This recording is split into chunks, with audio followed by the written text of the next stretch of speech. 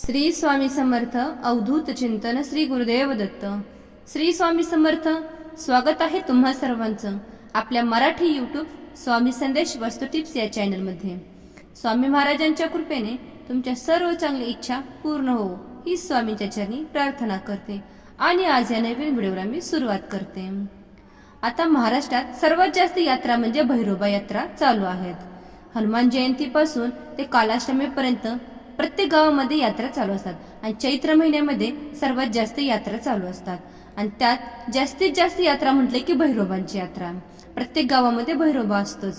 मग ह्या भैरोबाचे नक्की कारण काय आहे, भैरोबा कसा आला, भैरोबाची पूजा कशी केली जाते, त्याचप्रमाणे भैरोबाची यात्रा कोणत्या कोणत्या गावामध्ये केली जाते हे आज आपण या व्हिडिओमध्ये पाहणार आहोत.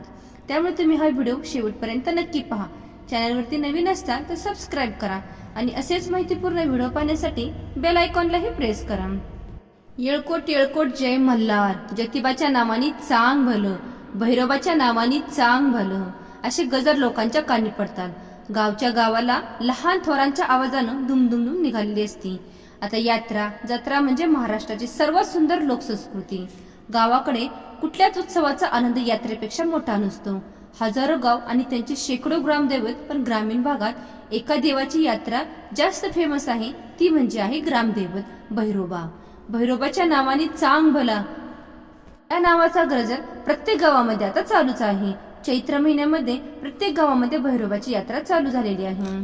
एका हातात तलवार, दुसऱ्या हातात त्रिशूल आणि तिसऱ्या हातामध्ये कवटे, याचा उठा अंडमरू, सूर्यासारखा बाहेर आणि आलेले दात म्हणजे सुळासारखे दात बाहेर आलेले, अख्ख्या प्रमाणाचा राग चेहऱ्यावर, असं खरं तर भैरोबाचं उग्र रूपच वर्णन केलं जातं. पण याहून अगदी उलट आपल्या ग्रामीण भागातील भैरोबा असतो. म्हणजेच डोक्यावर राजेशाही पगडी, एका हातात भाला आणि थोरड्या मिशा, चेहऱ्यावर मायेचं हसू आणि सोबतीला आई जोगेश्वरी, हा गावाकडचा भैरोबा.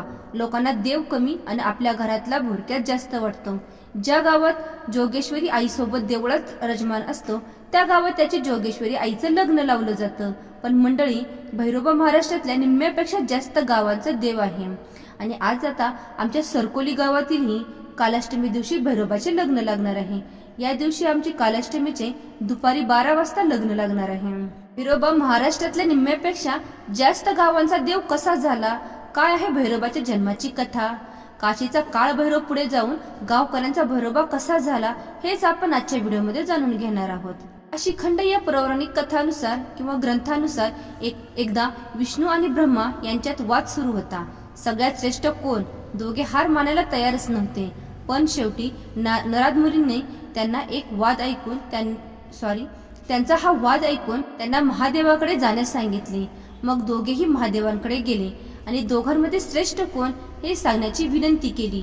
मला असं वाटतंय की ही परीक्षा घ्यायला हवी, त्यासाठी चढउतार करण्यात काहीच उपयोग नाही. मग सर्वश्रेष्ठ कोण आहे हे आपण दोघेही ठरवूया. दोघांनीही मंजुरी केली आणि मग महादेवांनी दोघांनाही काही परीक्षा असेल हे सांगितलं. ब्रह्मदेवांना 21 वर्गात जाऊन महादेवाचा मुकुट बघून यायला लावला, तर विष्णूंना सप्तपात्र जाऊन महादेवाच्या पादुका बघून यायला लावल्या.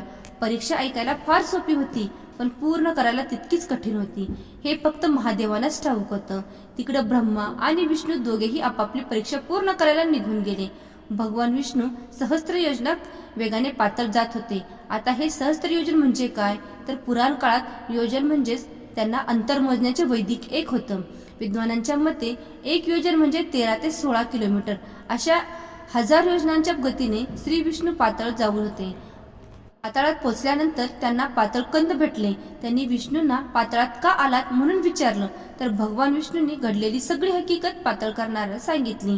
पाताळखंड हसले आणि त्यांनी विष्णूंना एकच सल्ला दिला, आजपर्यंत 1,00,000 कोटी उभे झाले, तुमच्यासारखे हजारो विष्णू फक्त पाहतात.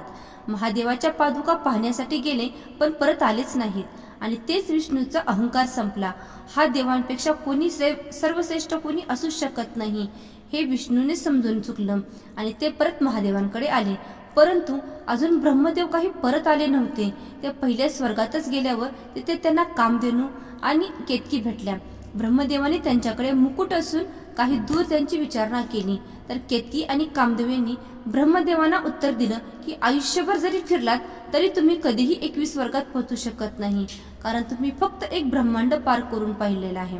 स्वर्गात आलात या उत्तरावर ब्रह्मदेव विचारात पडले होते. आता मात्र आपण हरणार आणि विष्णू श्रेष्ठ ठरणार आणि आपण अपमानित होणार म्हणून त्यांना चिंता वाटू लागली. तेही परत महादेवांकडे आले, पण तिथे येताच विष्णू हे निराशेत परतलेले आणि त्यांना समजलं. ब्रह्मदेवानी आपलं मुकुट बघितल्याचं खोटंच सांगून टाकलं. भगवान विष्णू ब्रह्मदेवांना श्रेष्ठ समजून त्यांच्यासमोर नतमस्तक झाले, पण खरी गोष्ट महादेवांना ठाऊक होती. त्यांच्या त्या उत्तरावर ते भयंकर चिडले होते. त्यांचा राग मनावर झाला आणि कोणकडीतून ते भैरवनाथाचा जन्म झाला. खोटं बोलला हे त्यांना खूप राग आला होता. त्यावेळेस त्यांनी एक शीर कापून टाकली, आपली नखाने छाटून टाकलं आणि त्या घटनेपासून ब्रह्मदेवांना फक्त 4 डोके असल्याचं म्हटलं जातं. ब्रह्मदेव श्रेष्ठ देव जरी नसले तरी ते श्रेष्ठ ब्राह्मण होते आणि त्यांचे शीर छाटल्यामुळे ब्रह्महत्येचंच पाप काळभैरवाला केलं होतं. काळभैरवांना छाटलेलं ते शीर त्यांच्या हातात तसे चिटकवत होते आणि सांगितल्यानुसार पापमुक्त होण्यासाठी कालभैरवानेच लोकी फिरले. 11 ज्योतिर्लिंगही केली, पण ब्रह्महत्येचं पाप त्यांना इच्छा सोडत नव्हतं. आणि शेवटी महादेव त्यांनी कालभैरवांना काशीला जाण्यास सांगितलं आणि तिथेच ब्रह्मदेवाचे ते शीर कालभैरवाच्या हातातून गळून पडलं आणि ते पापमुक्त झाले घोषित केलं. आणि त्या कोताळकामुळे या मलाही काशीत प्रवेश नाहीये, कारण तिथल्या पाप पुण्याचा हिशोब साक्षात काळभैरव करतो असंही म्हटलं जातं. पण हा काशीचा कोतवाल म्हणून ओळखलं जाणारा कालभैरव पुढे जाऊन गावकऱ्यांचा लाडका देव भैरोबा कसा झाला तर ऐका. त्याबद्दल हे पुराणात एक कथा सांगितली जाते. त्र्यंबकेश्वर पासून ते सुवर्णपूर म्हणजेच आत्ताची सोनारी हा भाग दंडकरांनी व्यापला होता. आज अरण्यात असुर, सुवर्णसूर, भूमासूर आणि प्रचंड असुर हे 4 असुर उच्छाद मांडत होते. त्यांनी ब्रह्मदेवाची तपश्चर्या करून अविवाहितांच्या हातून मृत्यू नसावा असा वर घेतला होता. त्यांच्या जोरावर ते कुठल्याही धार्मिक कार्यात बांधत असायचे. शेवटी त्यांच्या त्रासाला कंटाळून ऋषीमुनींनी महादेवाला साकडं घातलं आणि त्या राक्षसांचा बंदोबस्त करण्याची विनंती केली. महादेवांनी त्यांना कालभैरवाची आराधना करण्यास सांगितले. ऋषी व कालभैरवांची भीती करून त्यांनी सुवर्णपुरीला येण्यास निघाले, पण कालभैरव अविवाहित होते. या 4 असुरांचा मारण्यासाठी त्यांना लग्न करणं आवश्यक होतं. कालभैरव सोनारीला आल्यानंतर सोनारीपासून 3 किलोमीटर अंतरावर असणाऱ्या मुख्य ग्रामशेष राज्याची कन्या योगिनी म्हणजेच आई जोगेश्वरी सोबत त्यांचं लग्न झालं. पुढे मग कालभैरव त्यांच्या राक्षसाचा नाश केला आणि तेव्हापासून कालभैरव सोनारीचे सिद्धनाथ झाले.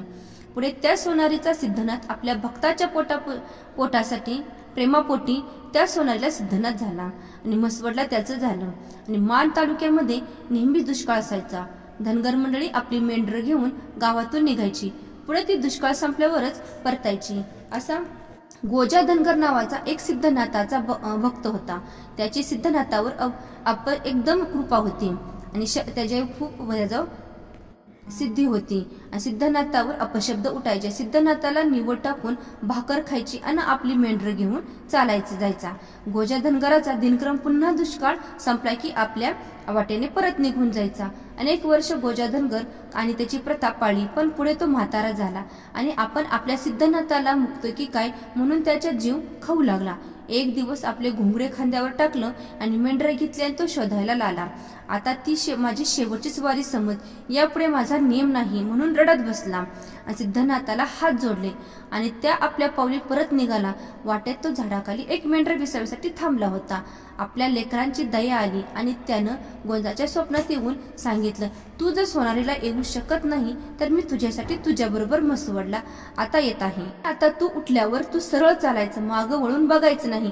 ज्यावेळी तू मागे वळून बघशील त्या क्षणी मी तिथेच लुप्त होईल आणि जाईल. आणि स्वप्न तुटलं, अनुभव त्याला आला आणि देव खरंच मागे येतोय आणि आपल्या गायींना पाणी पाजायला घेऊन आला होता. काही जण पाणी प्यायला सोडून मागे होऊ लागला म्हणून नदीच्या किनारी बघायला गेला तर तिथे स्वयंभू महादेवाचे पिंड होते.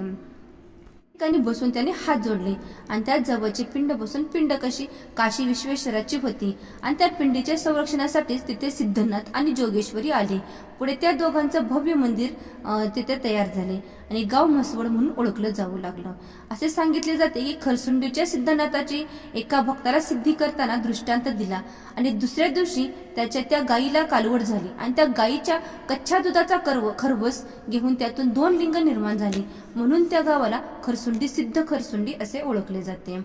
खरवस हे नाव मिळालं आणि सिद्धनाथ पुढे आपल्या भक्तांसाठी मोठ्या उत्साहात साजरी करू लागले आणि मंदिर गावोगावी आहेत. 3 दिवस भैरवाची यात्रा चालते. आता प्रत्येक गावामध्ये भैरवाची यात्रा चालते. काही हनुमान जयंती दिवशी केली जाते तर काही कालाष्टमी दिवशी केली जाते, पण जास्त करून चैत्र महिन्यातील कालाष्टमीला प्रत्येक गावाची भैरवाची यात्रा चालू असते आणि होणार आहे. तर आता येईल त्या 1 मे रोजी भैरवाची यात्रा प्रत्येक गावामध्ये होणार आहे. तर तुमच्याही गावामध्ये भैरवाची यात्रा असेल तर तुम्हीही मला कमेंटमध्ये सांगा की तुमच्या गावाची यात्रा कशा प्रकारे साजरी केली जाते. आमच्या गावामध्ये म्हणजे सरकोली या गावामध्ये भैरवाची यात्रा ही 1 मे रोजी आहे. तर 1 मे रोजी आम्ही पहाटे उठून देवाची पूजा वगैरे केली जाते. त्याचप्रमाणे कावड नाचवले जातात व 12 वाजता सर्व गावातील मंडळी, स्त्री, लेडीज सर्वजण एकत्र येऊन आपल्या भैरवाची यात्रेचे मंगलाष्टिकाने त्यांचे लग्न लावले जाते. तेही जोगेश्वरी बरोबर भैरवाचे लग्न लावले जाते व त्यानंतर सायंकाळी सर्व भक्त मंडळी येऊन आपल्या भैरवाचे दर्शन घेतात. अशा प्रकारे आमच्या भैरवाची यात्रा आहे. तुमच्याही भैरवाची यात्रा कशा प्रकारे आहे कमेंट बॉक्समध्ये मला नक्की सांगा. तुम्हाला जर हा व्हिडिओ आवडला असेल तर लाईक, शेअर व सबस्क्राईब करा. श्री स्वामी समर्थ. अवधूत चिंतन. श्री गुरुदेव दत्त.